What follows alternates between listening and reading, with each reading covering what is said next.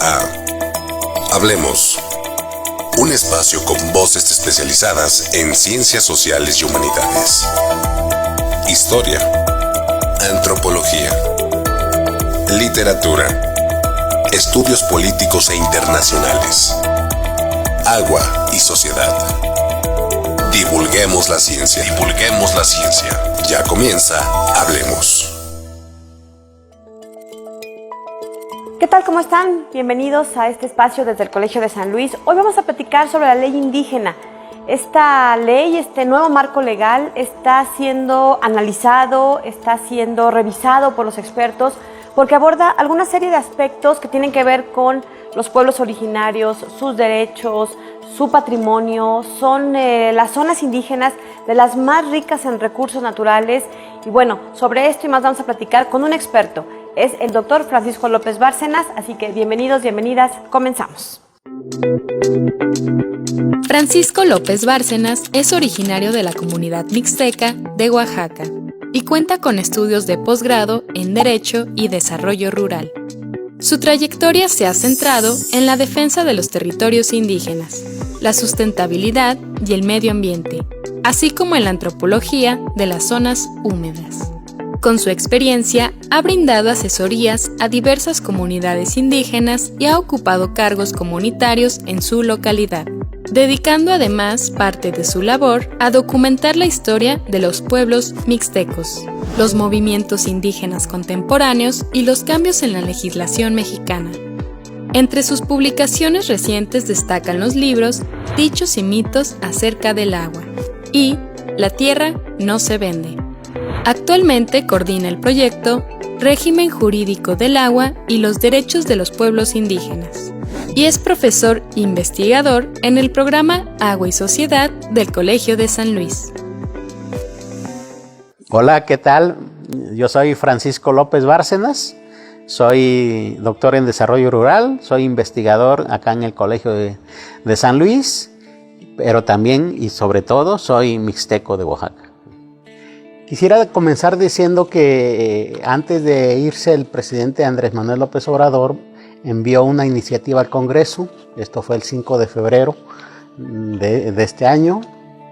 Era una reforma que se venía cocinando desde que él entró a la presidencia 6 años antes. De hecho, en el 2019, la Secretaría de Gobernación y el Instituto Nacional de Pueblos Indígenas pues convocaron a algunos foros, a algunas gentes, a algunas autoridades, a algunos líderes indígenas, y convocaron a mucha gente interesada en el tema para armar una propuesta. Se hicieron alrededor de 57 foros en 27 estados. Se dice que participaron como 5,000 gentes. O sea, fue un proceso bastante interesante. Y para para ese mismo año, en septiembre, ya tenían la iniciativa y se la presentaron al presidente allá en territorio yaqui. A mí me llamó mucho la atención que no dijo nada el presidente en esa vez. No dijo ni gracias, ni la voy a analizar, ni bueno, vamos a ver qué hacer. No, nada. La agarró, la presentó bajo su brazo y se fue. Se la volvieron a presentar en Durango. No dijo nada. Y bueno, resultó que era una propuesta muy interesante para los pueblos indígenas porque hicieron un análisis bastante amplio de cómo estaba la situación, qué tipo de reforma se requería y al final propusieron pues qué se tenía que reformar.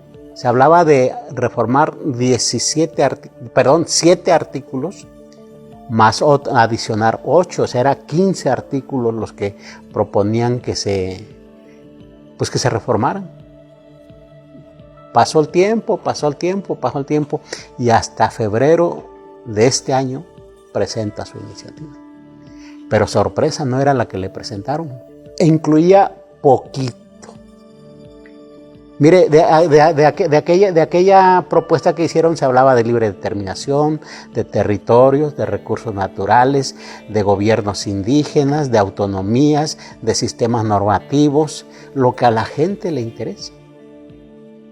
En esta no.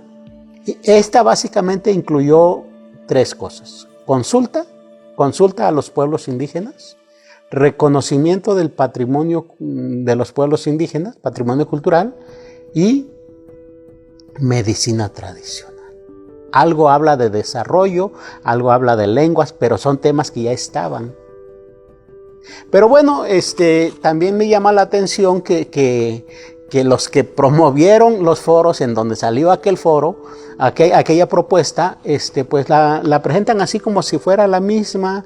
Dicen que ha sido una gran reforma, que esta sí va a resolver los problemas de los pueblos indígenas, y pues yo acabo de hacer un análisis de esa reforma, me lo han pedido las gentes, y pues no está.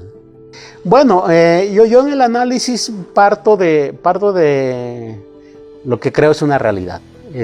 Primero, que somos una nación multicultural, eso ya está reconocido en la Constitución desde hace tiempo, pero que también creo que es importante tomar en cuenta cómo están los pueblos indígenas y cuáles son sus necesidades.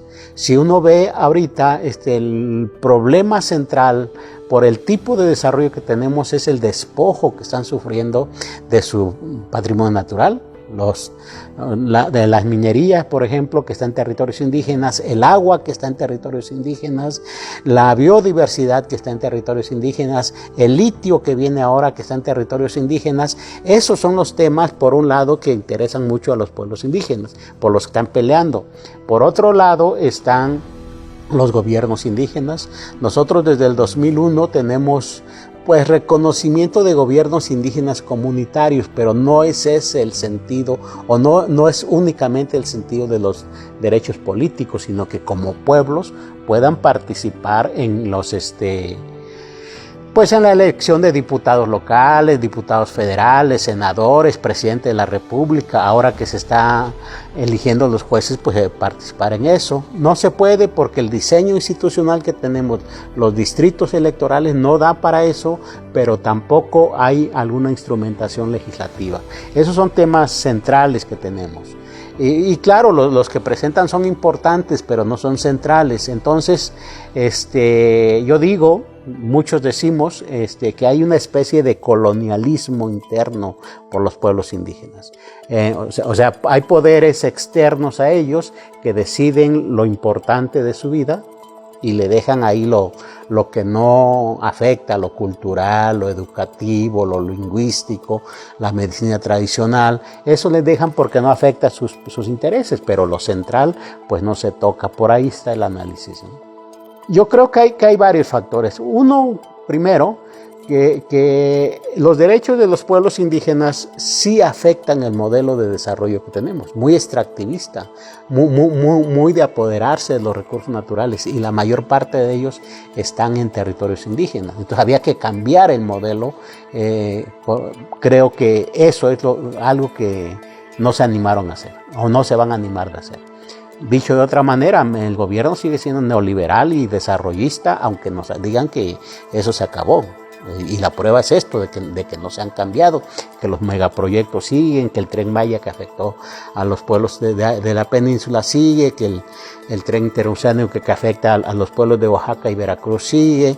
Muchos proyectos siguen todavía, ¿no? Y bueno, parece que no hay intenciones de cambiarlos. Por el otro lado, pienso que las fuerzas políticas, los políticos, los partidos políticos, las instituciones que aunque no son políticas influyen, como serían la asociación de empresarios, las asociaciones de profesionistas, otro tipo de asociaciones, pues tienen todavía un temor fuerte de cómo incluir verdaderamente a los pueblos indígenas. Sienten que se les puede desbaratar el diseño, y es muy probable que se les desbarate. Y es más, yo quisiera que se les desbaratara el modelo, porque lo que hay que hacer es construir otro tipo de modelo para gobernar al país, para ver cómo le vamos a hacer, ¿no? Creo que eso no ha pasado. Y en el fondo de todo, creo que hay un racismo muy fuerte todavía, una discriminación muy fuerte, que en México es muy peligrosa porque la negamos. no asumimos que somos racistas, que somos discriminatorios, pero veámoslo en la vida cotidiana, ¿a quién contratamos para hacer los trabajos de la casa, por ejemplo? ¿Quiénes son los que acceden a los puestos públicos? O sea, sí tenemos eso, hasta en los chistes, ¿no? Cuando algo sale mal o uno se porta mal, le dicen te portaste como indio, eres un ignorante, pareces indio. Creo que tenemos muy metido en nuestro pensamiento, en nuestro sentimiento eso, y que también abona a esa situación. Más que si está en condiciones, yo diría, ¿qué hacemos para que cambie? O sea, mi idea no es que cambie el capitalismo, no. Lo que pasa es que tenemos un capitalismo muy rapaz. Es decir, le pongo un ejemplo. Hay como 30,000 concesiones mineras en México. Pero de esas concesiones, los que las obtienen pagan 6 pesos, 5 pesos semestrales por hectárea concesionada. O sea, dígame usted qué se hace con 5 pesos. Ni siquiera el transporte de que salga de su casa y llegue el transporte público. O sea, es una vergüenza eso. O sea, están saqueando al país. Alguna vez yo le comenté, lo voy a decir en público, alguna vez le comenté al presidente saliente, tuve oportunidad de platicar de eso con él alguna vez, se sorprendió mucho, siendo candidato todavía.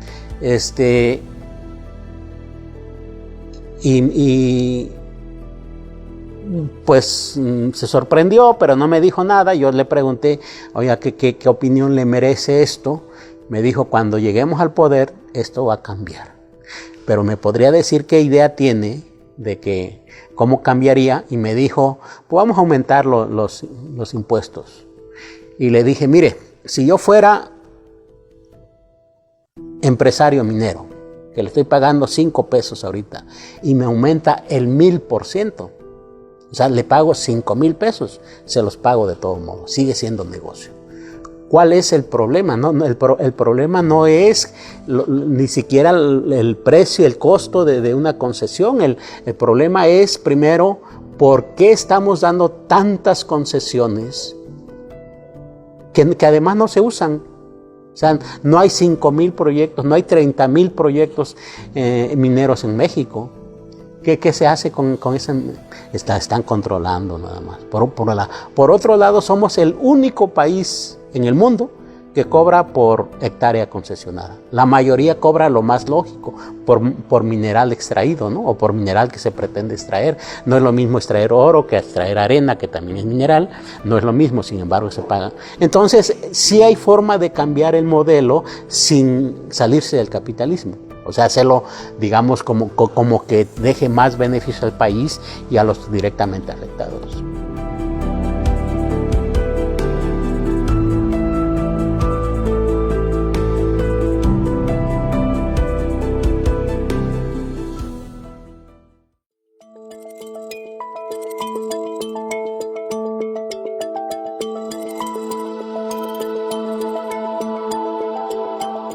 Los pueblos indígenas tienen muchísimos recursos, son comunidades muy ricas en cuanto a su historia, su cultura, sus tradiciones, y lamentablemente se ha puesto de moda, por decirlo de algún modo, pero esto ha significado que otras comunidades se apropien de esta riqueza cultural, de su indumentaria, de sus platillos, y las exploten de una manera pues que no necesariamente es equitativa para los pueblos y comunidades.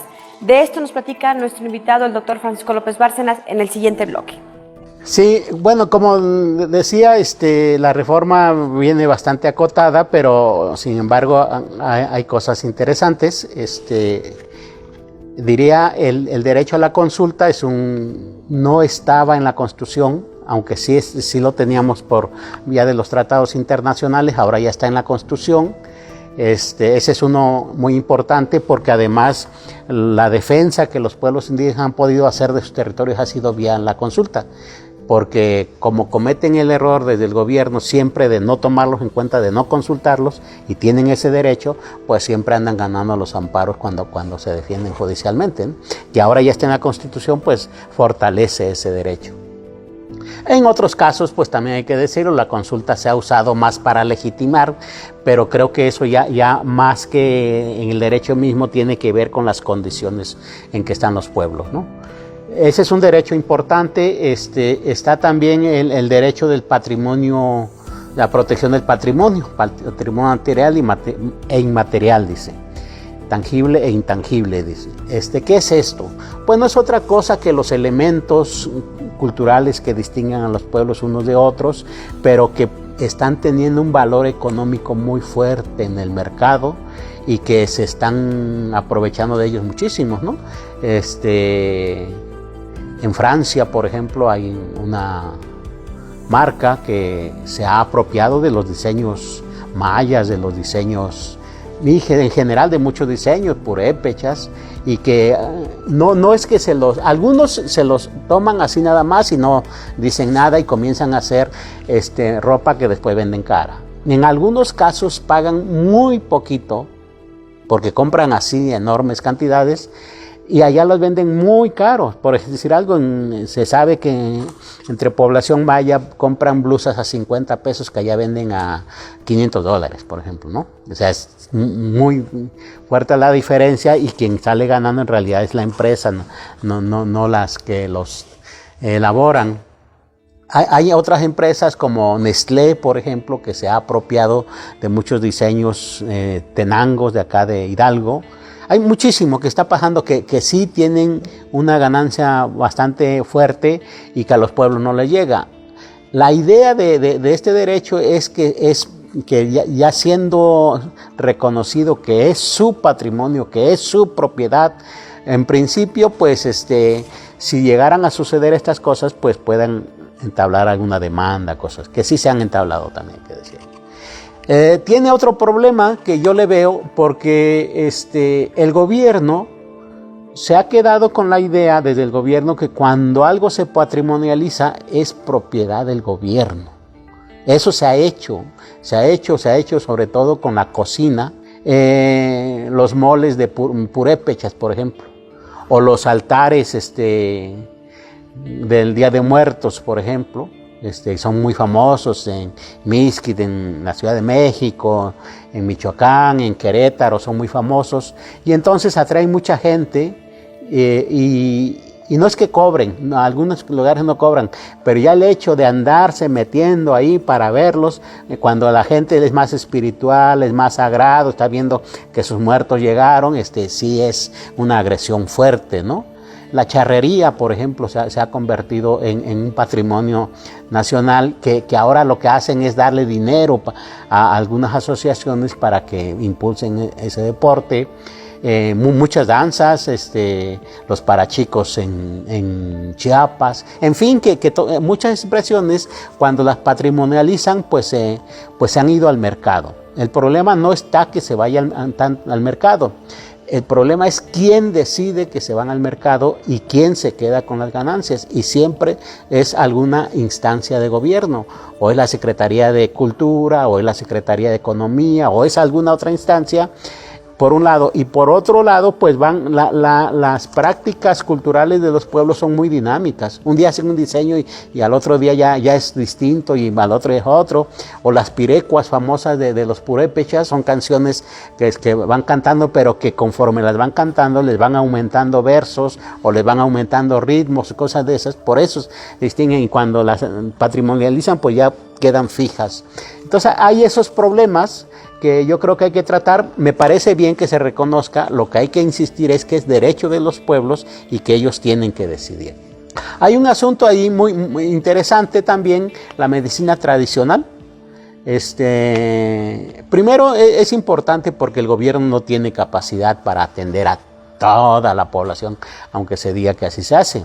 Segundo, es muy importante porque los pueblos tienen formas de identificar enfermedades que no identifica la medicina alópata, y tienen formas también de curarlo. No es que sean unos curanderos o unas curanderas o unas parteras que medio le hacen ahí al asunto y que necesitan no, porque así se les trata. De hecho, así está ahorita.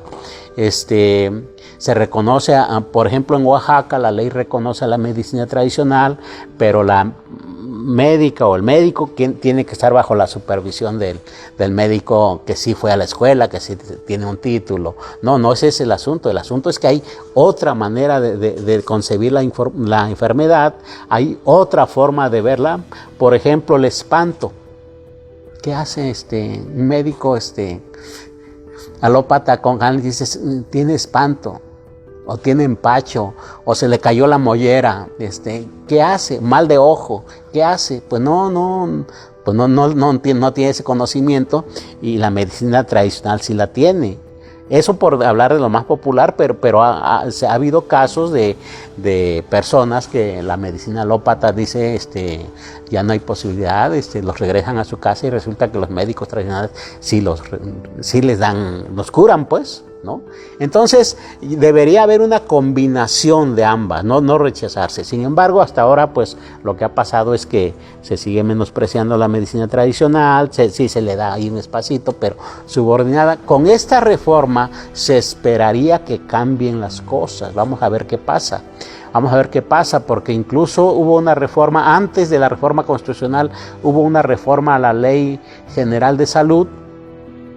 Y consecuencia de eso, aquí en San Luis se hizo una reforma, pero en el sentido que le estoy diciendo, criminalizaba incluso a las parteras. Afortunadamente se ha detenido, está en stand-by, no se ha publicado, ya se aprobó, pero no se ha publicado. Yo espero que con esta reforma, pues de plano ya la desechen. Está eso, y como le digo, hay otro tipo de reformas que se hicieron, que básicamente es adecuar el lenguaje. Por ejemplo, desarrollo. Bueno, dice desarrollo integral, sustentable, sistemas normativos. Antes decía usos y costumbres, ahora adecuaron el lenguaje. Pero el tema central de la reforma, por el que hace mucha campaña de que es muy buena desde el gobierno, es que se convirtió a los pueblos, a las comunidades, como sujetos de derecho público. En el 2001 hubo una reforma y se les reconoció como entidades de interés público. ¿Cuál es la diferencia? Que las entidades de interés público pues requieren la atención del gobierno. Por decir algo, panteones es importante, son de interés público y hay que atenderlos porque si no nos generan problemas de salud, ¿no? Las calles, el alumbrado, son de interés público, hay que atenderlos porque si no el tránsito no es fluido, o de noche es muy peligroso que no haya luz, que no haya alumbrado público.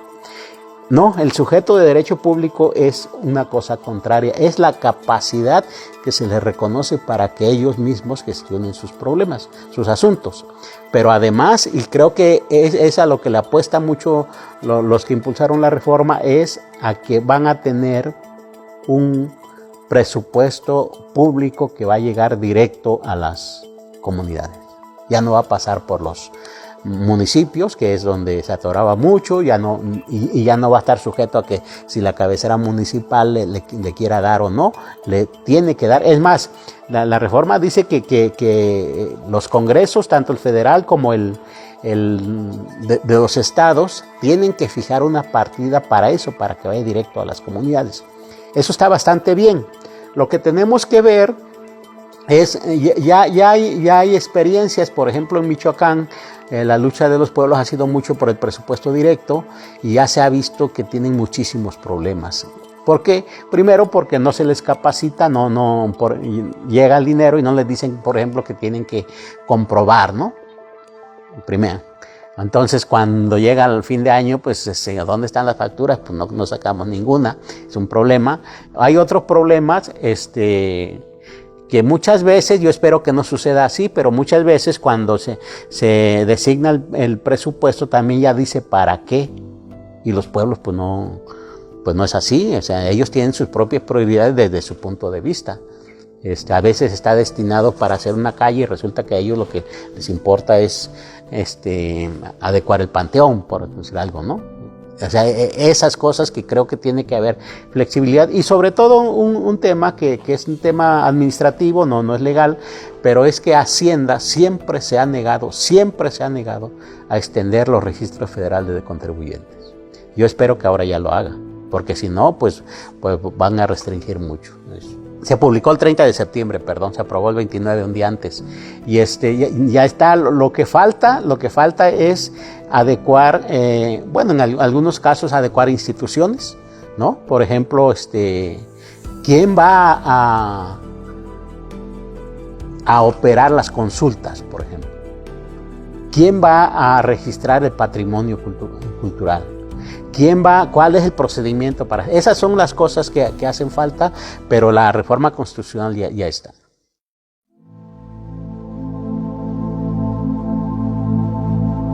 Mi nombre es Eric Ábalos y soy estudiante de la maestría en gestión sustentable del agua de aquí, del Colsan. Bueno, mi tema llevó por nombre Nubu Shadeje Ñutira Tsutkani, que quiere decir cuando el agua apestosa se metió a Ixmiquilpan, ¿no? En lengua ñañú, que es mi lengua originaria. De eso va el texto, ¿no? Dar cuenta de cómo se han configurado las percepciones sobre el riesgo por inundaciones en Ixmiquilpan, Hidalgo, ¿no? Cuáles han sido todo lo que gira en torno a eso, ¿no?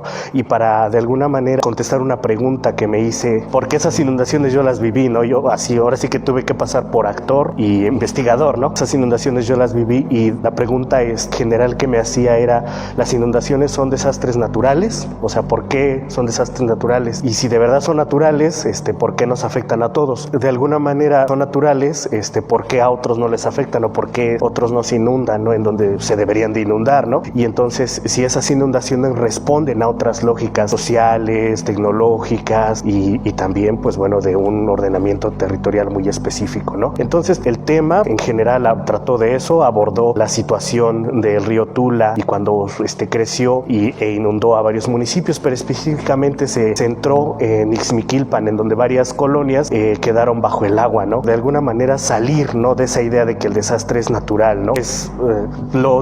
Con lo revisado, ¿no? Pude darme cuenta y constatar que el desastre por inundación, específicamente en el Valle del Mezquital y específicamente en el municipio de Ixmiquilpan, no fue natural, ¿no?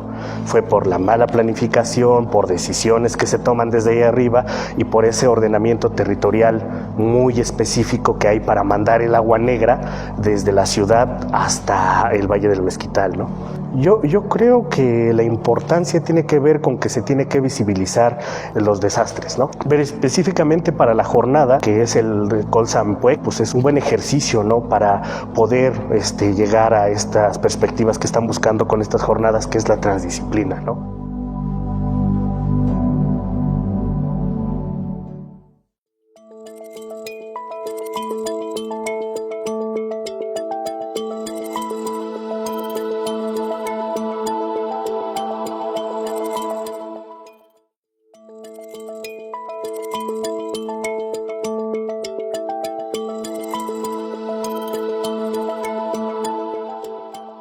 Como ya escuchábamos, pues los pueblos indígenas tienen una enorme riqueza y parte de lo que podría estarse disputando en el día a día tiene que ver con sus territorios, con su riqueza natural, pero también con su riqueza cultural. La ley aborda estos temas desde perspectivas diferentes. Vamos a conocer algunos otros detalles en torno a esta ley indígena con el doctor López Bárcenas. Sí, la misma reforma en artículos transitorios dice que hay que hacer las adecuaciones. Habla de que hay que hacer una ley general, que el Congreso tendría que hacer una ley general para ver cómo se va a operar, porque en la Constitución pues son disposiciones bastante generales, ¿no? Y da un tiempo, 6 meses. No sé si va a dar tiempo para que hagan todo eso, pero da un tiempo. En fin, que creo que va a haber una ley y después se van a ir haciendo adecuaciones a las instituciones. La misma reforma, como le decía, mandata que el Congreso haga un presupuesto que vaya directamente a los pueblos. Pero tenemos varios problemas. Mire, por ejemplo, en consulta. Está claro que se consulta, que el gobierno consulta a los que pueden ser afectados por obras, pero no se sabe quién. En la legislación que tenemos actualmente, algunas cosas las consulta Gobernación, otras cosas las consulta la entidad que va a hacer la obra. Si es caminos, pues la Secretaría de Comunicación y Transportes. Si es la SEP por una escuela, pues la SEP. Hay una dispersión ahí. En otras no dicen nada, y a veces cuando las hacen empresas privadas, dejan que sean las empresas privadas los que los consulten. O sea, hay un problema que tenemos ahí de indefinición que tendrá que resolverse pues en estas leyes. Por otro lado, mencionaba lo del patrimonio cultural. Hasta ahorita lo que tenemos es patrimonio individual, ¿no? Que las obras, por ejemplo, las artes, por ejemplo, la literatura, en fin, diseños, que ya se sabe quién la registra, derechos de autor, propiedad industrial, pero como individuos. Pero como colectivo no se sabe que es así. La legislación internacional, el convenio de diversidad biológica, por ejemplo, tratándose de cuestiones químicas naturales, dice que se tiene que hacer un procedimiento sui generis. ¿Qué es eso? Pues lo que la gente entienda. Lo que pasa es que se tiene que hacer un procedimiento especial distinto al de derechos indígenas. Yo esperaría, por ejemplo, que derechos de autor, si va a ser la institución, abriera una sección para registrar derechos culturales de los pueblos, ¿no? Una artesanía bonita, por ejemplo, ¿dónde la va a poner? No hay espacio, pero ¿y dónde la va a registrar? Tampoco tenemos, hay eso. La medicina tradicional, ¿qué vamos a hacer con este problema que tenemos hasta ahorita? Hasta ahorita, la Secretaría de Salud Federal registra quiénes son parteras, pero lo registra después de que les da un curso, de que ya saben cómo. O sea, no es así el asunto. ¿Cómo le vamos a hacer para reconocer realmente cómo vienen ellas, que les van a permitir? O sea, tenemos esos problemas legales, tenemos problemas institucionales, y pues tenemos los problemas de económicos, porque como le digo, está reconocido, está garantizado que se les va a dar un recurso, pero no saben el monto y las condiciones que hay al país, y esto de la política de austeridad no creo que vaya a ser mucho, y pues los pueblos están casi ahora sí nos sacamos la lotería, ¿no? Ese ya es un problema. El otro problema que veo, como le digo, es si va a haber flexibilidad para que lo usen en lo que ellos quieran o no. Si va a haber flexibilidad para la comprobación o no. Yo recuerdo mucho, lo he estudiado, no lo vi, lo he estudiado, por ejemplo, que en la época del general Cárdenas, cuando comienza el indigenismo, era muy flexible el asunto. Simplemente decían, ¿qué va a hacer? Voy a hacer un puente. Bueno, pues haga su puente, ahí está el dinero. Cuando no revisaban si se habían gastado bien o mal el dinero, revisaban que estuviera bien el puente, y como se dijo, pues si se gastaron el dinero en otra cosa, no importa, el puente que dijeron, ahí está. Con las escuelas era lo mismo, queremos tantos salones, bueno, hagan su comité, ahí está el dinero, y después lo que revisaban era, creo que es un buen esquema, en lugar de andar viendo factura por factura, y que si comprobó, que si tienen, o sea, creo que no, pues lo que importa es lo otro, ¿no? Mire, las omisiones fundamentales, como le digo, son dos: los territorios y los recursos naturales por un lado, y los derechos políticos por otro. Tenemos un gran problema en México, porque nos comprometemos en muchas cosas a nivel internacional, y luego cuando las bajamos las hacemos bien chiquitas, ¿no? Entonces, por estas dos omisiones, por ejemplo, ya están en el derecho internacional. Ya se practican incluso. Territorios indígenas ya hay titulados en México con base en el derecho internacional. Pero yo no entiendo por qué, políticamente entiendo por qué los legisladores no quieren reconocerlo, pero ya está. O sea, lo que uno tiene que hacer es como operarlo nada más. Y los derechos políticos también ya está a nivel internacional.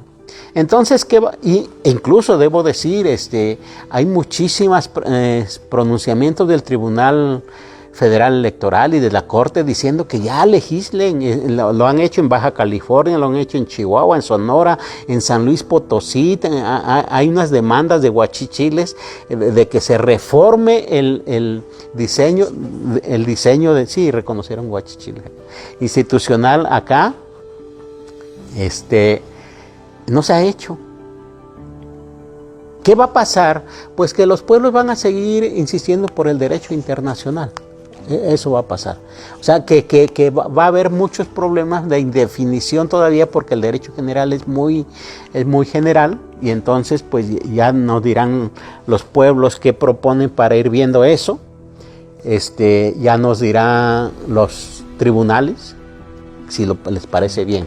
Pero mire, hay un ejemplo muy clarísimo. En el 2013, San Francisco Cherán en Michoacán decidió, sin que hubiera ley de nada, elegir de acuerdo a sus propias normas. Obviamente los partidos pusieron el grito en el cielo por un lado, pero el tribunal dijo que no tenían razón, no tenían posibilidad de hacerlo y se fueron al Tribunal Federal Electoral y el tribunal los reconoció.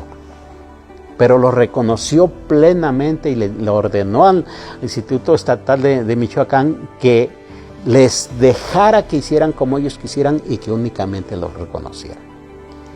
Después de esto, con esa resolución que es bastante buena, el municipio de Cherán lo que hizo fue irse más allá y no formó un ayuntamiento tradicional de presidentes, síndicos, regidores, no. Formó lo que ellos tienen como tradición, que es un consejo de queris. Los queris son los mayores. Así lo formó y lo estructuró de acuerdo a sus propias normas, que son 4 barrios principales, pues una representación similar. Más se espantaron y volvieron a ir al tribunal. Esta vez fueron a la corte y la corte dijo que les dio la razón en base al derecho internacional y dijo, además hay que reconocerlo como municipio indígena. Lo cual implica que no se van a regir por la ley orgánica del Estado, se van a regir por sus propios sistemas. Eso fue en el 2013, hace 11 años. Después de eso, pueblos de Sonora, los Macurahue, pueblos de Guerrero, pueblos de Chiapas han hecho lo mismo y lo han ganado. Es decir, ya hay caminito andado en este sentido que el poder Congreso de la Unión se niega a hacerlo. Yo creo que van a seguir por ese camino en materia política. En materia de territorios, que es la otra parte importante, pues yo creo que ahora que se ha reconocido el derecho a la consulta en la Constitución, por ahí le van a dar, seguramente pues buscarán otras vías jurídicas, las van a encontrar. En mismo Chihuahua hay un proceso que se fue vía tribunales agrarios, lo ganaron los pueblos, pero pues los afectados impugnaron y está ahorita en la Suprema Corte. Vamos a ver qué pasa. Estos problemas se hubieran solucionado, obviamente, si se reconoce y si hacemos un rediseño, que ya hay propuestas de rediseño de distritos electorales, que ya hay propuestas de cómo sería una elección de diputados indígenas, por ejemplo, ya hay. Bueno, falta que se discutan en donde se debe discutir, en los congresos y sobre todo en los estatales y en los federales. Pero el día que se aprobó la reforma, el 29 de septiembre, había muchos diputados, porque además fue por unanimidad, debo decir. O sea, no hubo ni un voto en contra. ¿Qué pasó? ¿Por qué todos se pusieron de acuerdo? Lo que dicen desde el gobierno es que, bueno, pues todos apoyan la reforma indígena. Lo que yo digo es que pues no les afecta en nada en sus intereses. Entonces sí valía la pena Eso es lo que yo creo. Y mire, el día que se aprobó, subieron a tribuna muchísimos, tomaron la tribuna casi para festejar o festejando, para salir una foto, y había pueblos, nombres de pueblos que ni existen. Carteles, ¿no? Viva el pueblo, no sé qué.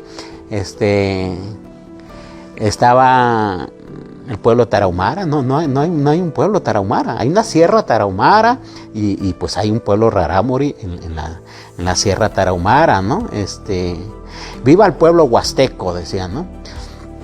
Pues voy a ir a la Huasteca a ver si encuentro un pueblo huasteco, ¿no? Y así, yo no sé, pues supongo que en la rapidez del momento, pues ni sus compañeros que sí saben, porque si hay gente que sabe, les hubiera dicho eso no existe. Pero eso me da la medida del interés por esto. No, lamentablemente no lo veo. Pero afortunadamente es un mandato ya constitucional y seguramente que los que están muy cerca de la reforma van a insistir y si no se van a ir al amparo también para obligar a que suceda.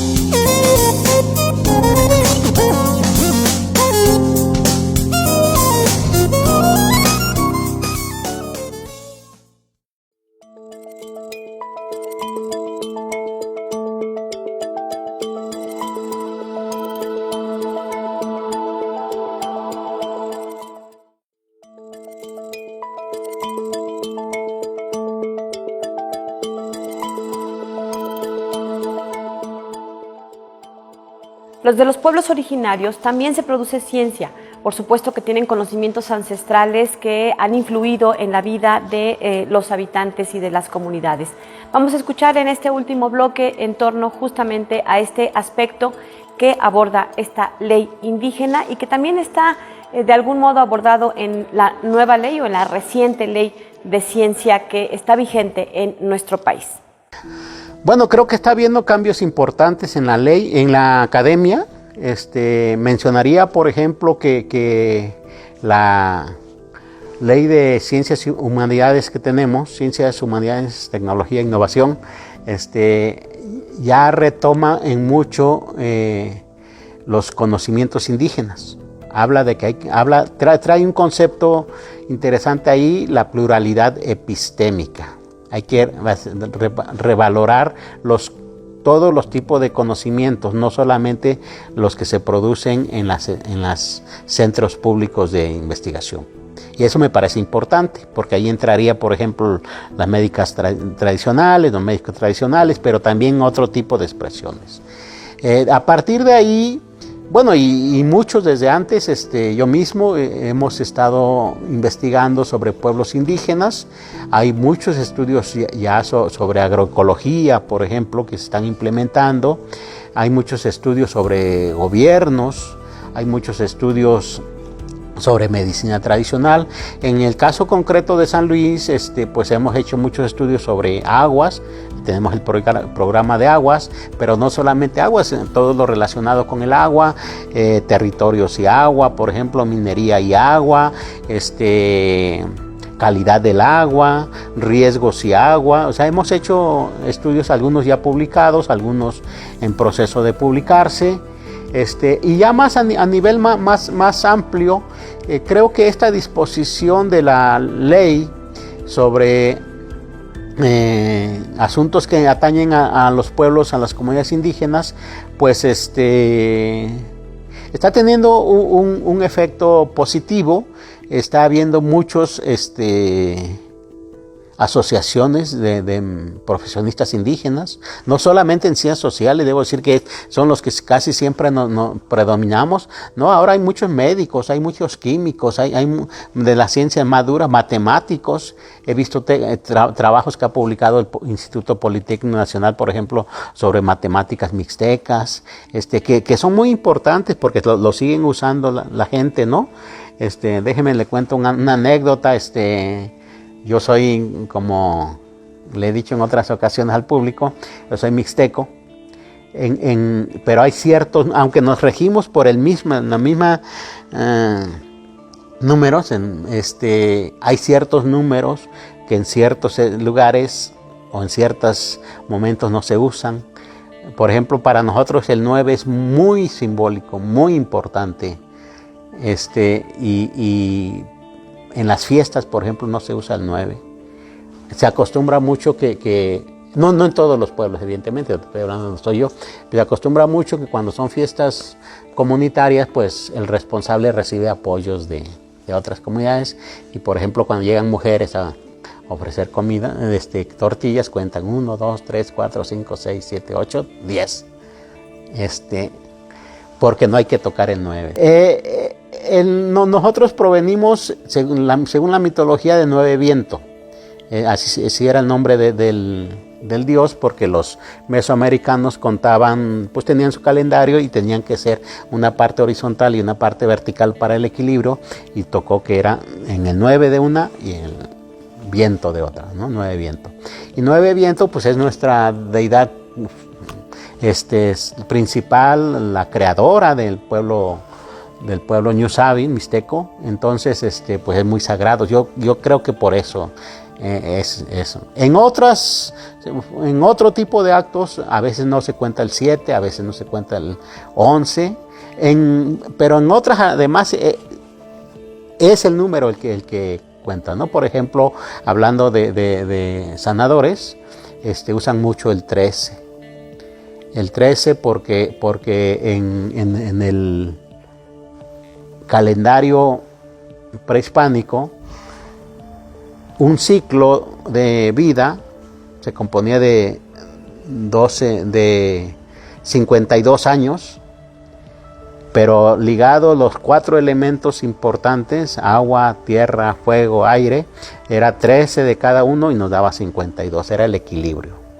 O es el equilibrio todavía. Usan mucho el 13 velas, 13 flores, 13 no sé qué, y así va usando mucho eso. Entonces, como le digo, hay muchos compañeros, doctores ya que están combinando el conocimiento científico, conocimiento tradicional en sus investigaciones. Sé, por ejemplo, de químicas, unas químicas mayas que de Yucatán, que están viendo las propiedades curativas del ajo. Ya muchas ya se saben, pero ella está combinando con el uso que hacen del ajo para ciertas cosas, pues en sus comunidades, en las comunidades de allá, que no los toma en cuenta la ciencia alópata. Entonces está viendo una cosa interesante ahí. Yo creo que hay pues un desnivel. Hay gente muy informada, hay comunidades muy organizadas que incluso ya están viendo cómo le van a hacer, ¿no? Ya ellas, antes de que el Congreso diga, ya están viendo cómo le van a hacer para pues ejercer los derechos que están ahí. Hay otras que medio están informadas y hay otras que no saben qué pasa, ¿no? Como en todo. Pero yo creo que pues se acaba de aprobar en septiembre y falta hacer una difusión fuerte. Yo no sé si desde el gobierno la van a hacer, yo esperaría que sí, pero aquí mismo en el colegio, el mismo presidente me ha pedido que haga un trabajo para hacer difusión.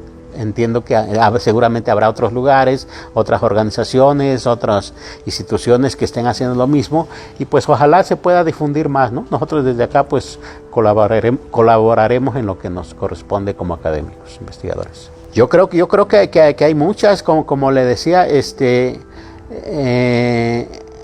los temas de gobierno, por ejemplo. No tenemos en México un estudio amplio sobre las distintas formas de gobiernos que hay. Hay gobiernos que son muy democráticos, así, que hacen asambleas, pero eso es en Mesoamérica. Pero Aridoamérica son muy militares.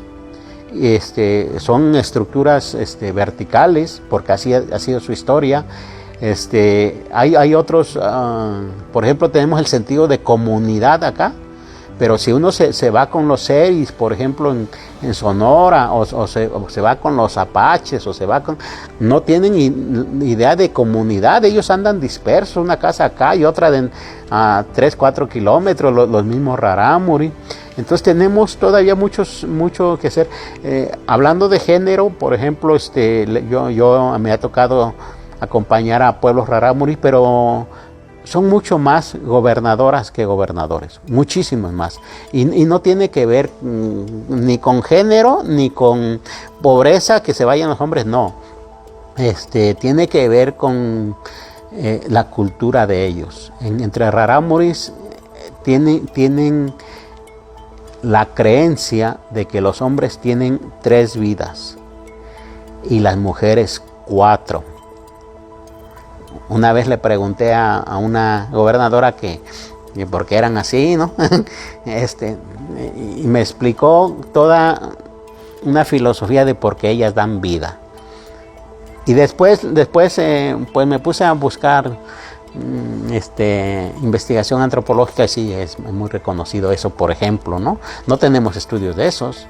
Nos falta ahí, pero en medicina, por ejemplo, nos falta mucho. En medicina, hablando de medicina tradicional, pues todos sabemos de ciertas hierbas, ¿no? Que para esto, que para la otra, pero hay cosas que no sabemos, ¿no?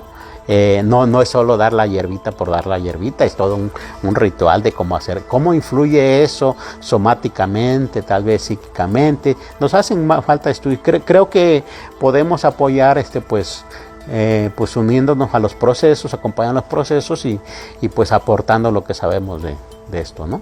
Mire, estaba viendo, por ejemplo, que siempre que hay cambios en los gobiernos, hay reformas. La del 2001, por ejemplo, que fue de las más importantes en nuestra historia, pues fue cuando el PRI sale de la presidencia de la República, entra el PAN. La de esta es cuando sale el gobierno del PRI, el PAN, y entra otro partido, Morena. Pero estoy viendo más que como que legislan para legitimar, y está bien, pero nos falta mucho la conciencia de que hay que legislar para reconocer derechos, no para evitar los conflictos, no para decir que legitimarse el que llega al poder. Y en ese sentido, bueno, habrá que procesar la reforma que viene, que ya está, pero habrá que seguir insistiendo en lo que falta. Y sobre todo yo diría que y este es un mensaje para el público, pues diría que revisemos nuestra percepción de lo indígena.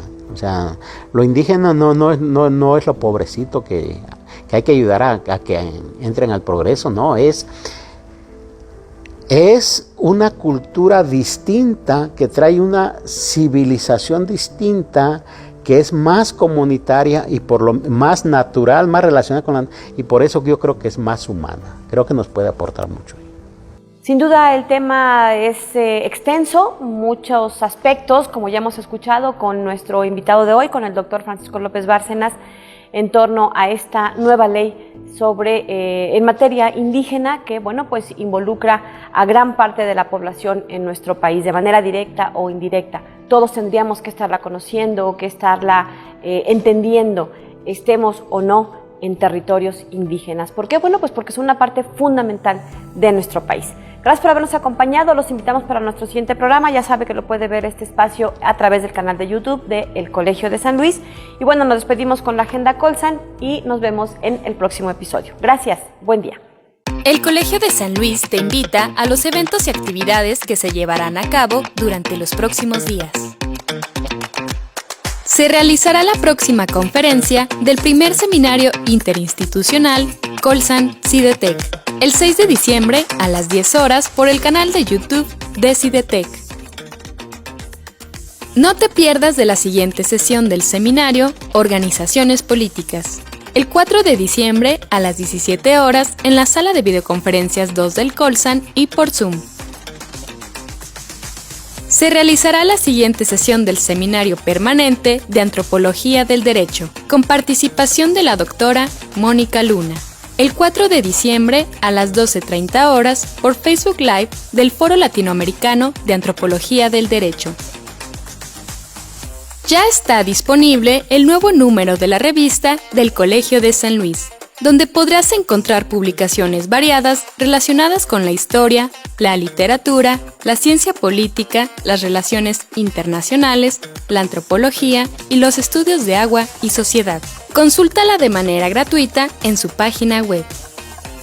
Consulta los detalles de este y otros eventos a través de nuestra página web www.colsan.edu.mx y síguenos también en nuestras redes sociales.